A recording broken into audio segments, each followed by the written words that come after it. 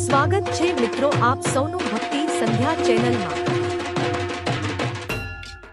શ્રી ગણેશાય નમઃ। સ્વાગત છે તમારું આપના ગુજરાતી ચેનલ ભક્તિ સંધ્યામાં।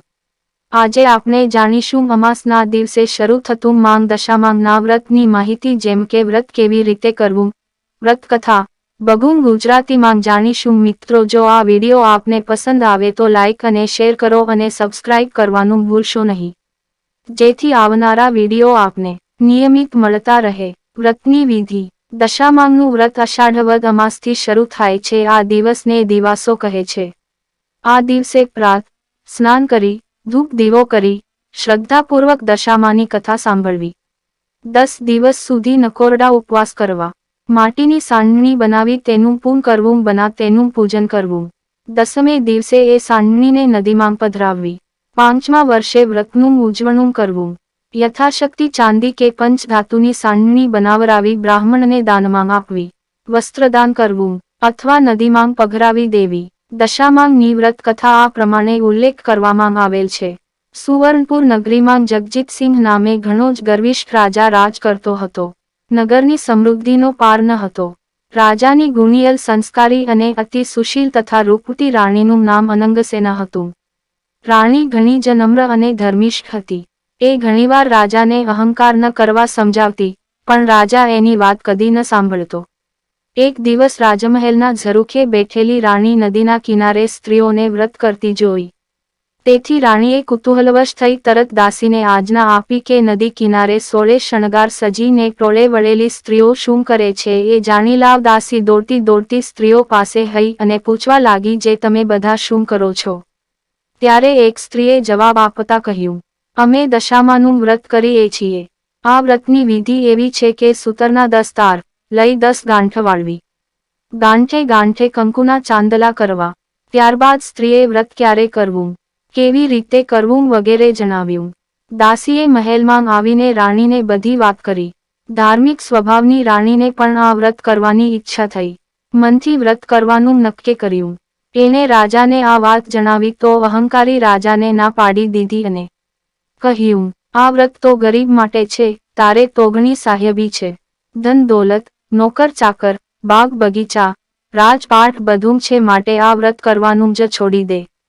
રાજાના અભિમાન ભર્યા વચન સાંભળી રાણીનું દિલ દુભાયું। એ જાણતી હતી કે ગમે તેવી સમજાવટ છતાં અભિમાની રાજા એકનો બે થવાનો નથી। રાજાએ અહંકાર, ગર્વ અને અભિમાનમાં ચકચૂર થઈને દશામા વ્રતનું અપમાન કર્યું। તેથી દશામાના ક્રોધનો પાર ન રહ્યો। માએ રાજાના સપનામાં આવીને એક જ શબ્દ કહ્યો, પડું છું। બીજી જ દિવસે પડોશી રાજા લાવ લશ્કર સાથે ચઢી આવ્યો। આવા અંધાર્યા હુમલાથી રાજા અભયસિંહ ગભરાયો। જીવ બચાવવા માટે રાણી અને બંને કુંવરોને લઈને જંગલના રસ્તે ભાગ્યો। રાણી અનંગસેન મનમાં સમજે છે કે પોતાના પતિઓ કરેલ દશામા વ્રતના અપમાનથી આ દશા પ્રાપ્ત થઈ છે।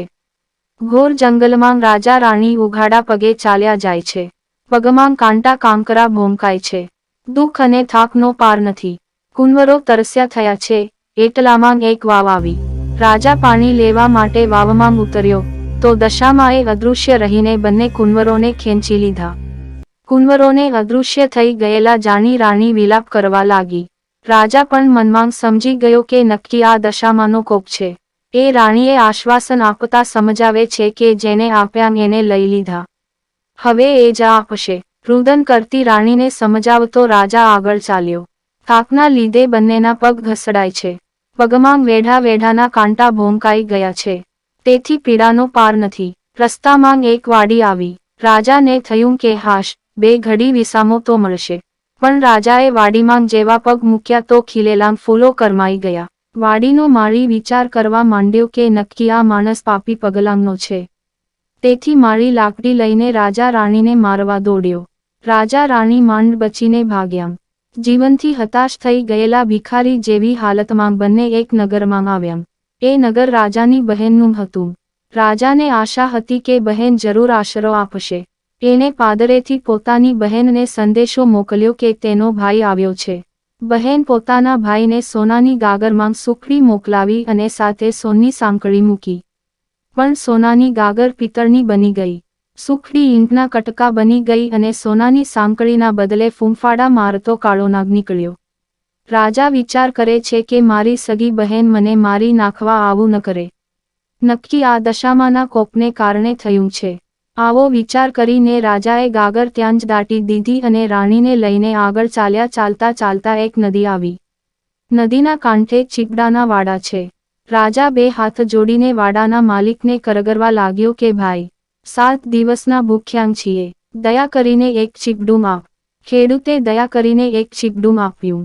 રાજાએ નક્કી કર્યું કે આગળ જઈને થોડો વિશ્રામ કર્યા પછી ચીપડું ખાવું અને ભૂખ સમાવવી.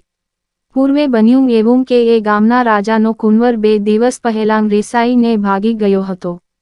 સિપાઈઓ કુંવરની શોધમાં નીકળ્યા હતા. દશામાના કોપના કારણે રાજાના હાથમાં જે ચીપડું હતું એ કુંવરનું માથું બની ગયું. આ માથા પર નજર પડતા સિપાઈઓએ દોડીને રાજાને, જગજીતસિંહને પકડી લીધો. દોરડાથી બાંધીને લાતો મારતા નગરમાં લઈ ગયા. નગરના રાજા બધી વાત કરી. રાજાએ પોતાના કુંવરની હત્યા કરવા બદલ જગજીતસિંહને કાળકોટડીનો હુકમ આપી બંદીખાનામાં નાખી દીધો. રાજા વગર વાંકે કેદ થયો. તેથી રાણી અનંગસેના પર દુઃખનો પહાડ તૂટી પડ્યો. એ રોજ જંગલમાં જતી, લાકડાનો ભારો લઈ આવતી. એ વેચીને જે પૈસા મળે એમાંથી પેટનો ખાડો પૂરતી. આમ દિવસો પર દિવસો પસાર થવા લાગ્યા. અષાઢ મહિનો આવ્યો. અનંગસેનાએ અષાઢની અમાસે એટલે કે દિવાસા દિવસે દશામાનું વ્રત શરૂ કર્યું. દશામા વ્રતના 10 દિવસ નકોરડા ઉપવાસ કર્યા અને માની ભક્તિ કરી. રાણી અનંગસેનાની અપાર ભક્તિ જોઈ દશામાનો કોપ સમી ગયો. માએ રાણીને આશીર્વાદ આપતા કહ્યું કે કાલે તને તારો પતિ પાછો મળશે. એ જ રાત્રે દશામાએ નગરના રાજાને સ્વપ્નમાં જઈ આદેશ આપ્યો કે તે નિર્દોષ માણસને કેદમાં પૂર્યો છે. તારો કુંવર તો એના મોસાળમાં લીલા લહેર કરે છે, સવારે પાછો આવી જશે. સવાર પડતા જ દશામાની કૃપાથી કુંવર પાછો આવી ગયો. રાજાએ જાતે જઈને જગજીતસિંહને બંદીખાનામાંથી મુક્ત કરી ક્ષમા માંગી. એટલું જ નહીં, ખૂબ ધન પણ આપ્યું. રાજા રાણી રથમાં બેસીને સુરવણપુર આવવા નીકળ્યા. રસ્તામાં બહેનનું નગર આવ્યું. રાજાને પેલી ગાગર સોનાની બની ગઈ હતી. ગાગરમાં સોનાની સાંકળ અને સુખડી હતી. એટલામાં બહેન પણ આવી. આગ્રહ કરીને ભાઈ ભાભીને ઘેર લઈ ગઈ. 2 દિવસ રોકાઈને રાજા રાણી આગળ ચાલ્યા. રસ્તામાં વાવ આવી. જોયું તો વાવના કાંઠે દશામાં વૃદ્ધ ડોશીનું રૂપ ધારણ કરીને ઊભા છે. બંને કુંવરો એમની આંગળી પકડીને ઊભા છે. રાજા રાણી તરત માતાજીને ઓળખી ગયા અને લાકડીની જેમ માના પગમાં પડ્યા. દશામાએ અસલ સ્વરૂપમાં આવી દર્શન આપતા કહ્યું, હે રાજા, તે અભિમાન આણીને મારા વ્રતનું અપમાન કર્યું હતું. તેથી તારા પર હું કોપાયમાન થઈ હતી. પણ હવે તારો ગર્વ ગળી ગયો છે. વળી તારી રાણીએ ભાવથી મારું વ્રત કર્યું છે, તેથી હું પ્રસન્ન થઈ છું. તારું રાજ તને પાછું મળી જશે. માં કરતો રાજા જગજીતસિંહ દશામાના પગમાં આળોટી પડ્યો અને બોલ્યો, માં, હે દયાળી, કળિયુગમાં તમારી કારમી કસોટીમાંથી કોઈ પાર ઉતરી નહીં શકે, માટે આવો કોપ કદી ન કરશો. દશામાં મીઠું મધુર હાસ્ય વેરતા બોલ્યા, તારી વાત કબૂલ કરું છું. કળિયુગમાં જે કોઈ મારી કથા સાંભળશે કે સંભળાશે, તેની દશા સદા સારી રહેશે. આમ કહી દશામાં અદૃશ્ય થઈ ગઈ. રાજા રાણી બંને કુંવરો સાથે પોતાના રાજ્યમાં આવ્યા. જગજીતસિંહના સેનાપતિ પડોશી રાજાને હરાવીને રાજ પાછું મેળવ્યું હતું. રાજા રાણી આનંદપૂર્વક દિવસો પસાર કરવા લાગ્યા. હે દશામાંગ, જેવા રાજા રાણીને ફળ્યા તેવા કળિયુગમાં વ્રત કરનાર સર્વને ભક્તજનોને ફળજો. જય દશામાંગ.